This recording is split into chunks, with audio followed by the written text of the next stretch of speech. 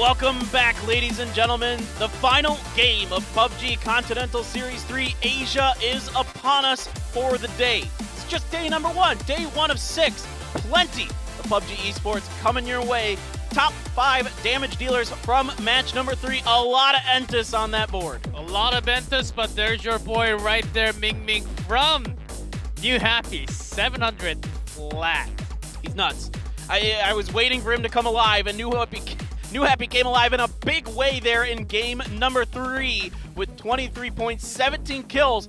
After donutting on Miramar, they make up for it in spades here on Erangel. As they charged into so many different teams when there was a big clash between GEX and Asia.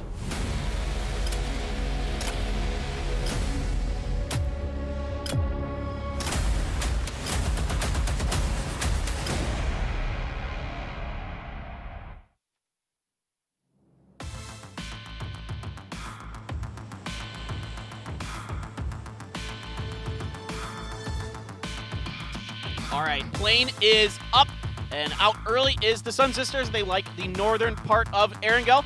Typically, that's where you're going to see them coming out, and they are out way earlier than anybody else. Detonation Gaming White chilling out on top of Yaz. K7 looks like they're going to be making their way to Lipovka. So a couple big questions here. 4 a.m. VLG, Tianba, and Gen G questions. But I want to go back to MCG for I think I have just a second to get this in. First of all, you should know Summer from the old BC Gaming team that went to the Basic Global Summit and got 5th place at PGC. This guy is a veteran shot caller, knows how to get it done. Exactly, and from those parachutes. Oh, Gen G. Oh, they're stopping. They're not going anywhere further. You don't really have that many vehicles. Well, they might have seen some vehicles. Or no, they're kind of slow dropping it now. I think they're kind of keeping their eyes. Oh, Jimba going challenging Entus to the side of Pachinki. Yeah, you can see right there Indigo swerving around this, thought about it, but it's going to instead peel off to the church. I think that's much smarter here. It also gives a good positional advantage on top of Tianba. And that center circle, as both Tianba and Gen G, the plane path was quite far away from that south storage. Maybe they're not really thinking too much about going all the way. I think Gen G popped their parachute very, very early. Look at this. Lou is going for it for those long-range mini shots, and why not?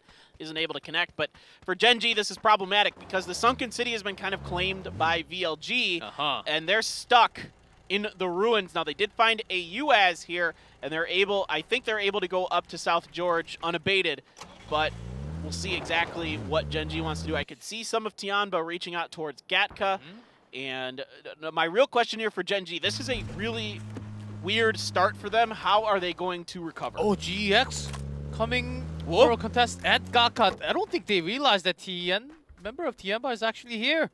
4v2 and a late... Oh, it doesn't matter. What? Laser down is Lin Shun with the ump. Is Mao Ye picking it up early. Now Lorena. Lorena does have a micro, but that I don't know if that's going to be able to hold. He jumps out the window! He gets the power! Oh, he almost gets him, but just in time is Leo. My word, CC does fall for GEX. What a play there by Lorena. He almost took GEX completely by surprise. Yeah, good idea there to just jump on top of them, as we've seen the miracle with Uzi. Just seen flashbacks of 1v3 with that Uzi once, long time ago in a big tournament. Yeah. Yep. Come through, but this time was not enough. I remember Loki at the PUBG Miracle Weekend did it to Kaishin Gaming with that micro Uzi in Picado. That was that. I think Loki, a couple instances are coming to my mind with that micro Uzi, but that micro Uzi is so good close up. Hulk, do you remember Hulk's stand? Yes. That was absolutely crazy. What's that guy doing these days? But Gen G is the winner. Actually, the winner from this duel, as South George is not too far away from basically a dead that center circle again. Wonder how early OJ and Entus is going to go up, and what kind of rotation 4 a.m. is actually going to pull out from that school apartment. Yeah, this definitely looks like it's going to be a similar setup for OG and Entus early, as they're going right towards that Potato Mountain again. This time Indigo's a little bit on the kind of anchor position. In this case, he's doing it for recon. I'm sure he's just watching what the other teams are doing up to the north and to the west of him. He's going to relay that information to his teammates, but this looks pretty similar to what we've seen in the last game. And also, I think Tiemba and also Genji leaving N200 near the ruins and Loki in that same position. I think they both were thinking somewhat similar. Leave one open just so that they can retreat back into the circle and do all that looting outside and come back easily with safe rotation. Did not really work out there by having no read on GEX. Yeah, GEX is a Gatka dropping team. They do kind of like that area, and Tianba did get there first, but it didn't matter. And even though Lurena almost pulls off the miracle play, he just came up an inch short. He does manage to get one in that exchange, so GEX loses one early, but Tianba loses two, and that's not the kind of trade you want to take.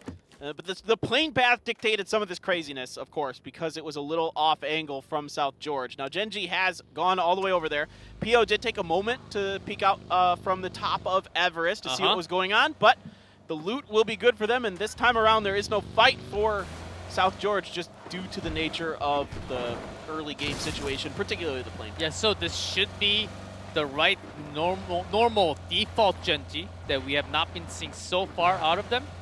As this will tell, I think this match will tell a lot about how Genji is going to do in this tournament so far. Only day one, but still, because that sets center circle, no other contest against Tiemba, so this should be okay for them. Yeah, this is definitely a situation they're much more familiar with. My real question for Genji going forward will be, are they going to rotate to the north and try to come across the bridges? They do this from time to time now, or are they just going to try to go cut across the center, and sometimes they'll head up maybe around Potato Mountain or kind of to the south of that. But either way, it depends on what PO saw, what information he got from the top of the Everest will kind of dictate what Genji's going to do. Yeah, exactly. And on your screen right now, multi-circle gaming, just not really grabbing that many points at a time, but still being in that top 3 consistently was enough to put them on top of the leaderboard right now. Going to be at the same spot where OJ and Entus got that chicken dinner just in the previous round of Erangel. Yeah, infantry, of course.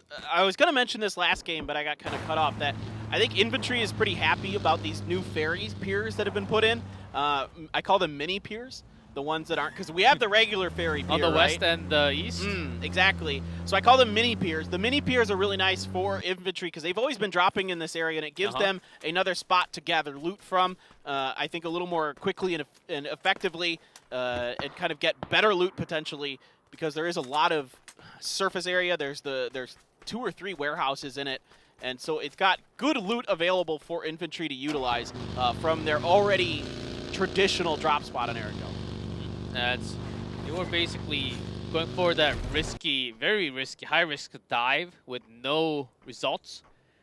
And I'm sure this time they will be pushing against Pero towards the farm side. Longsker is just so interesting. Once he gets fired up, it takes him a little while sometimes, but once he starts firing up, he is an absolute monster. There's another MK14 coming down in the hands for Leo. So GEX getting a little bit of kind of return favor, a little bit of karma for that battle against Tianba, and they get a little bit of something for their troubles. Love that gun. Goodness gracious, I love that gun. Yeah, sometimes it's really hard to get that drop, especially when you're shooting from afar. Yeah, but here comes the rotation of Griffin. Even though we saw a lot of Griffin play, having some great rotational decisions, they were not really being able to. They were challenged so many times that they couldn't really pick up that many points, or placement points, or the kill points. But did like a lot of their decision making in the middle of the game, so that they don't have too much of a total point now. But because of those decision making, I think going into like day 3 and 4, certainly a team to look out for in the top 10. Yeah, absolutely. I don't have much to fault with Griffin. They just got outshot. I mean, New Happy was just firing on all cylinders that game. I mean, they were hitting everything that they sniffed at. So it is going to be Loki traversing the path of Tianba, but Tianba's going to let this one pass. And there is that crate out there, but that one's already been taken by GEX. And eventually Longsker gets a kill onto one of the members from Pero. What a guy. He just goes out by himself and does his things. And the best thing is that his team lets him. This is what the really good players, like the best fraggers in the world, have just such good instincts for going out on their own and picking up a point or two. PO does this, Longsker does this. You know, that's what really kind of sets them apart, is their instincts in the early games to kind of suss out what teams are doing. And again, got to give credit to the coaching staffs that kind of point out the weaknesses in the positioning of the other teams. Sausage making a quicker rotation in this game, coming all the way down from Kamishki, from having, well, actually being the first team to actually drop from the plane. There's the code, guys. Code! Get it, get Go it, get get it. him. Get it, get it, get it. A little bit harder this time. That one's not, that we had the one that was like last PUBG almost. It was so close. I wonder if that is a random code or not. I think it's just totally random. That's crazy if that's random. That's really unlikely that it spells anything remotely intelligible. And not only that it was kind of intelligible, but that it matched what is going on. I mean, the odds of that, if they are totally random, are astronomical. That's totally right. We are math people. We're math people. Yeah, can't count papers even though I majored in math. That's just like all the math teachers. Yeah, boring joke. Sorry, guys. But they don't teach us basic math. They don't teach us jokes either from school. No, they do not. They should have a humor class back in high schools.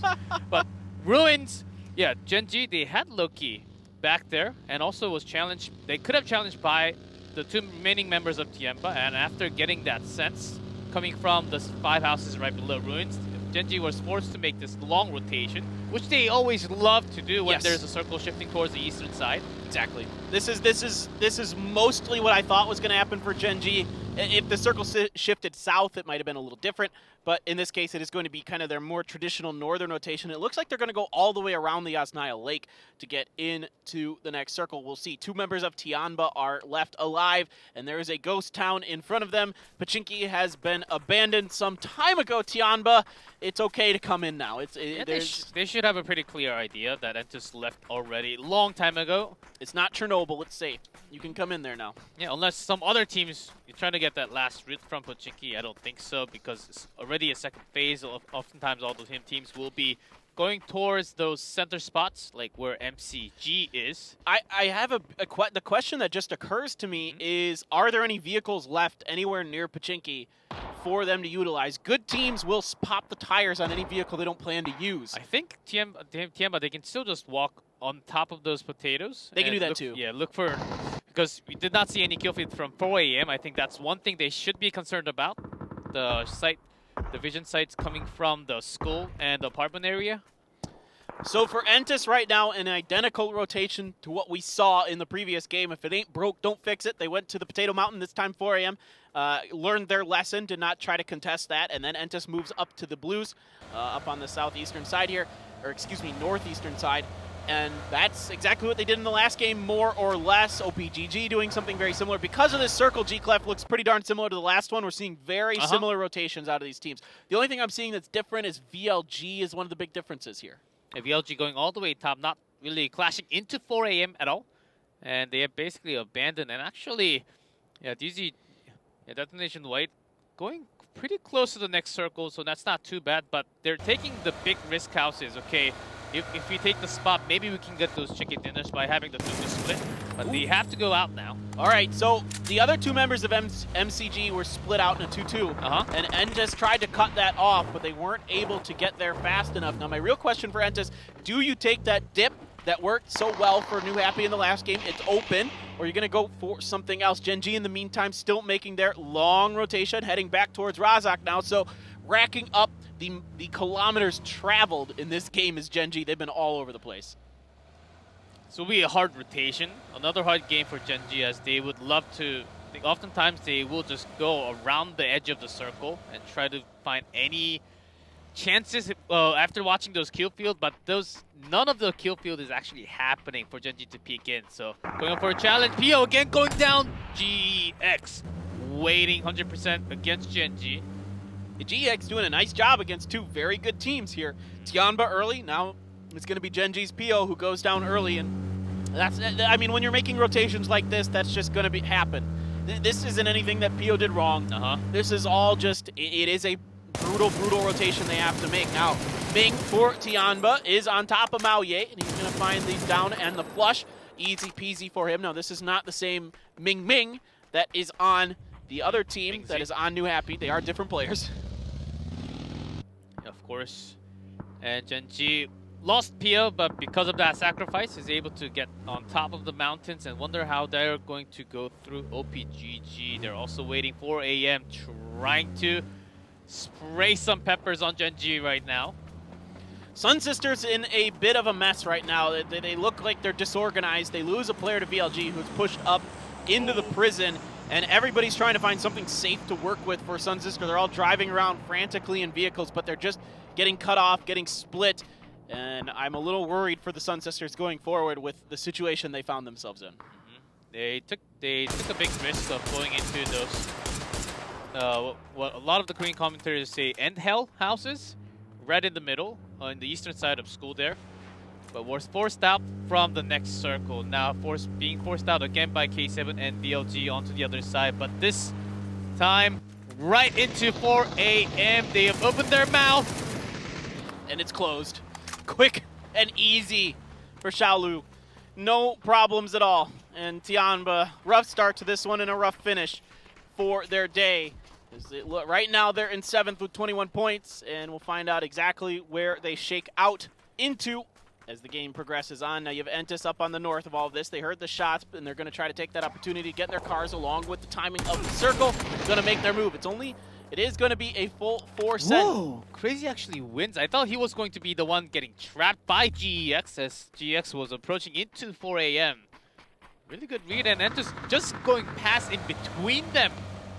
Good timing, good movement by Entis. They're so smart. And Griffin, in the meantime, has sent it to Pero. Pero is going to find 2 heart, easy peasy, for your other top fragger from China, XDD.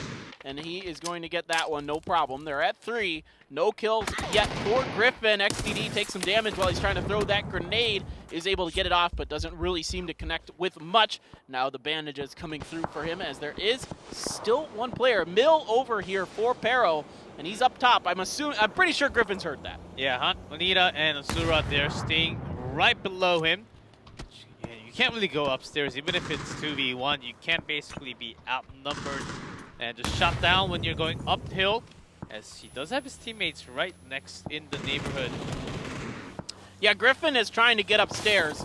Of course, it is insanely difficult. They're also trying to keep the other 2 members of Peril busy while they try to get upstairs, so they can't put fire down onto them or get grenades in, which is exactly what XDD is trying to do right now. Yeah. That one gets in the door and gets some damage onto Asura. And at the same time, you have to look out for New Happy getting those shots from across. Those are some good houses that even if you are just going across the window, these players are going to be shooting you down. Well, New Happy, we saw it the last round. When they get heat up, it's quite good. They look really, really darn good. And now, 4 AM, still 4 up, but they have to make a trek to get into this next part of the circle. Longskirt is going to find Loki, so Genji continues to try to find something to work with. There is nothing available, as everybody else already setting up shop inside of this circle. As with this long of a rotation, you just have to keep on losing, keep on bleeding, and eventually with this much bleed, you just have to lose your members. Their Sun Sister again going down. With that much contest, couldn't really find any room. And Afrika has also joined this mess that is happening over on the southeast side. The battle has raged on for quite some time, and that allows other teams time and information. Detonation Gaming White on the backside of all of this goes down to Ghibli, who is set up on top of the shelter. Now Hansia being approached by Genji, but there is nothing doing. Easy does it. Hansia takes Genji out of this one. Yeah, hard rotation again for Genji. Not a good day for sure, as they will be moving even lower from 9th place with that 12th place finish now. 4 AM, they will challenge by a lot of the other teams, still keeping the entire squad alive with 3 kills. This is actually amazing how hard it could have been for them.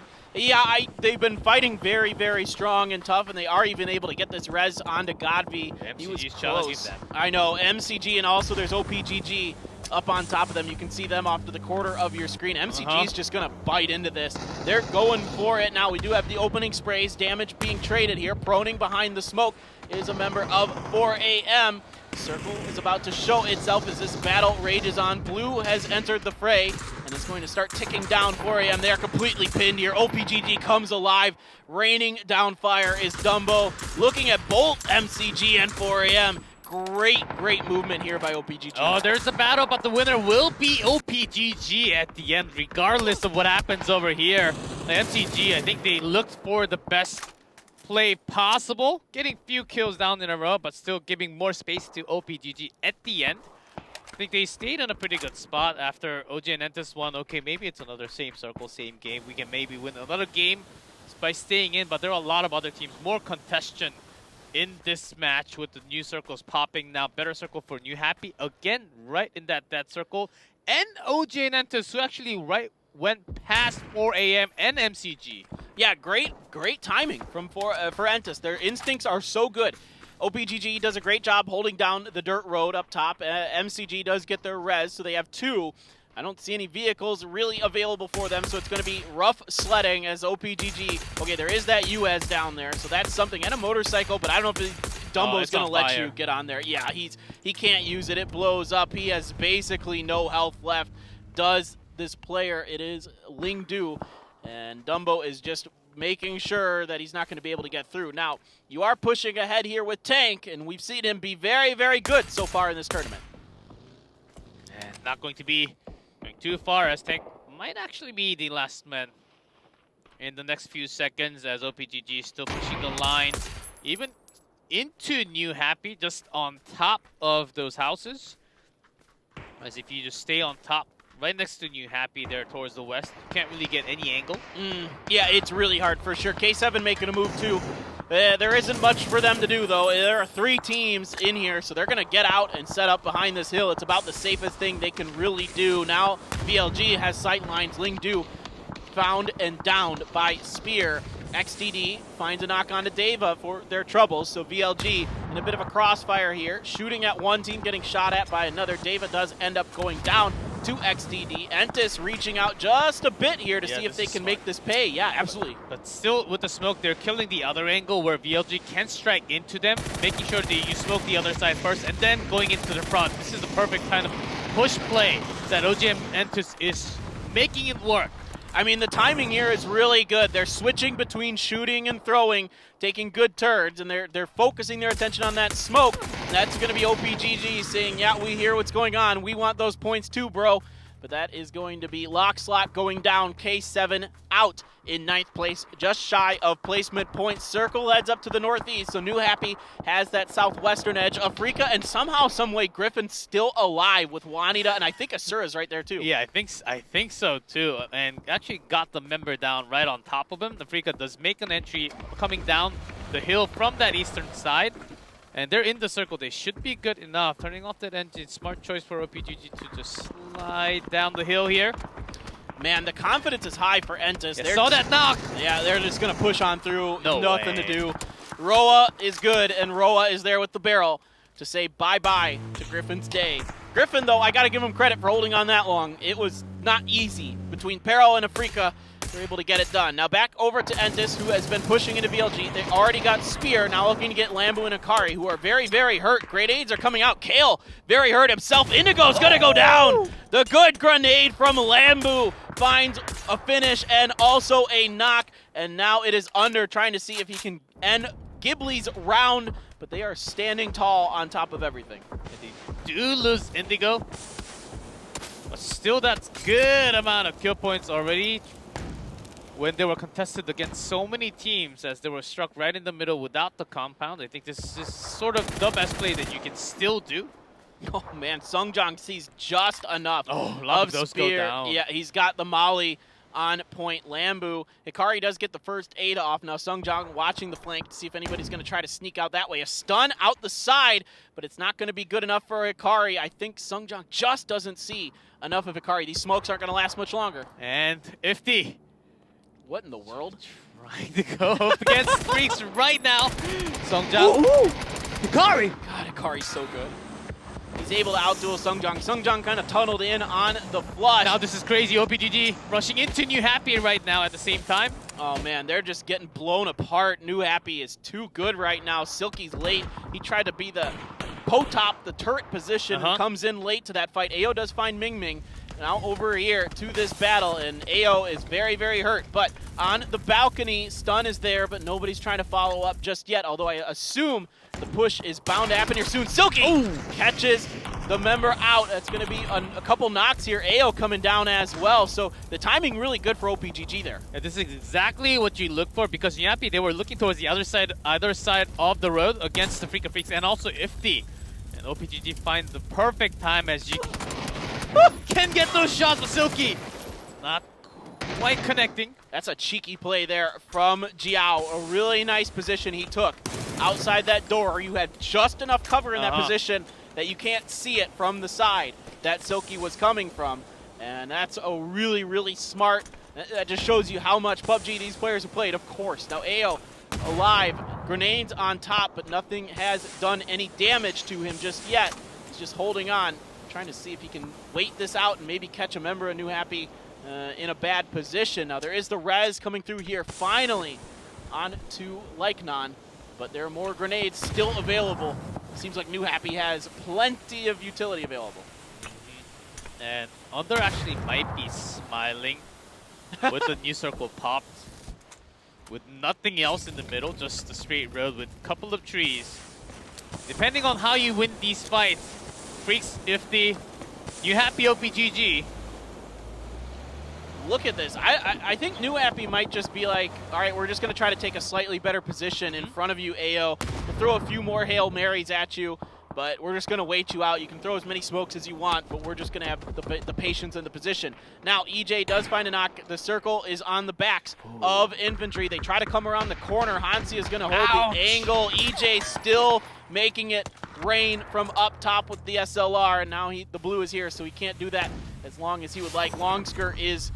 I don't know if he can do this. If anybody in the world can do it, but nope, it's going to be Hansia finishing that one off. As if they were trying the position of EJ, just laying down those bullets. Were the key points for a Freak of Freaks. Finally, with 10 kills from that compound, was able to steal this many. Yeah, this is a huge game for the Freaks. From the bottom to the middle of the leaderboards in this round, desperately wanting those points. Dangche comes up to under here. Yeah, they don't know exactly where he is. They have some idea. But he's right under! Oh no, he's gonna steal the point. He's gonna get Hansia. Roa's there to finish the job onto under, but what a nice position for him to take. Yeah, New Happy, they have some time, but still because of the position from EJ, might not be finding themselves in a good time for crossing the road right now for I think they should have stayed a little bit more. They did have smoke. I think they could have been a little more. This is just kind of what these Chinese teams like to do in this phase 7, phase 8 circles, is go for the middle and try to establish position. We saw it with MCG earlier. Now we're seeing it here with New Happy, but Lycanon is going to pay the price for trying it. And Afrika has a good spread. They have a good lockdown on this, but it's only Roa that's really close to the circle, and technically every member of Afrika is outside of this new zone. Yeah, New Happy, they have to get EJ down because he's opening up so much angle for Afrika right now. Yeah, EJ is a pain in the neck for Jiao. Dangche, love this play. This is so good. And he's got a bit of a hill here that he can set up in front of. He's going to put pressure onto XKK and also take a bit of circle presence for Afrika. Now, there are some grenades raining down in front of him. Is XKK going to step over, try to take him down? It doesn't look like he feels comfortable doing it because Roa is on the back providing cover. Yeah, exactly, and EJ still on top. If they come out from the grass, EJ is going to strike on top of them, so big risk. SKK getting some damage into Dangche, but Riola's covering fire.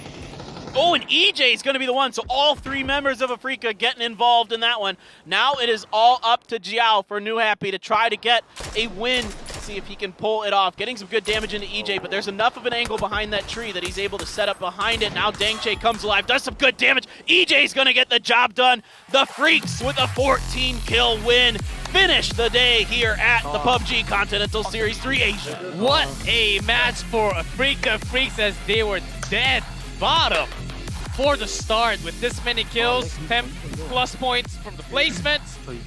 They can have a moment of relief saying, we did something right today.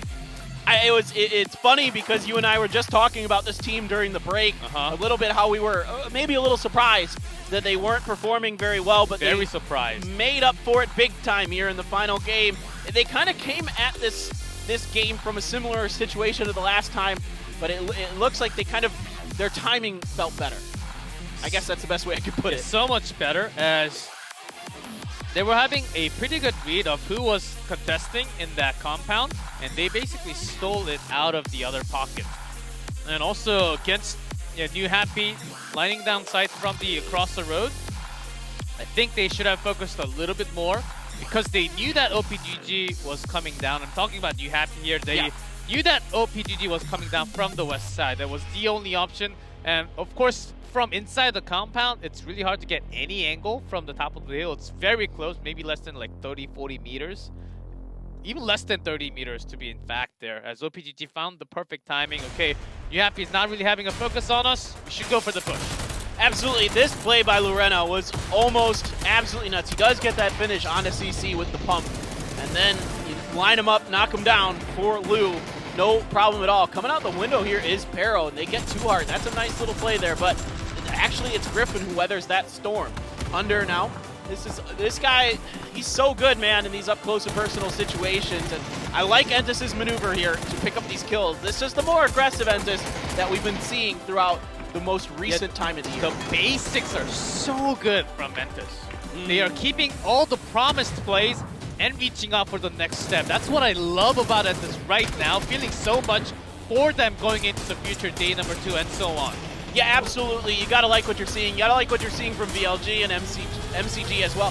NH comes through here. New Happy comes through and puts up back-to-back second places on Erangel. One of them was a 17 killer. Now, that last game was only 4 kills, but huge, huge Erangel for New Happy to really turn around what was an absolutely abysmal Miramar. 0 points to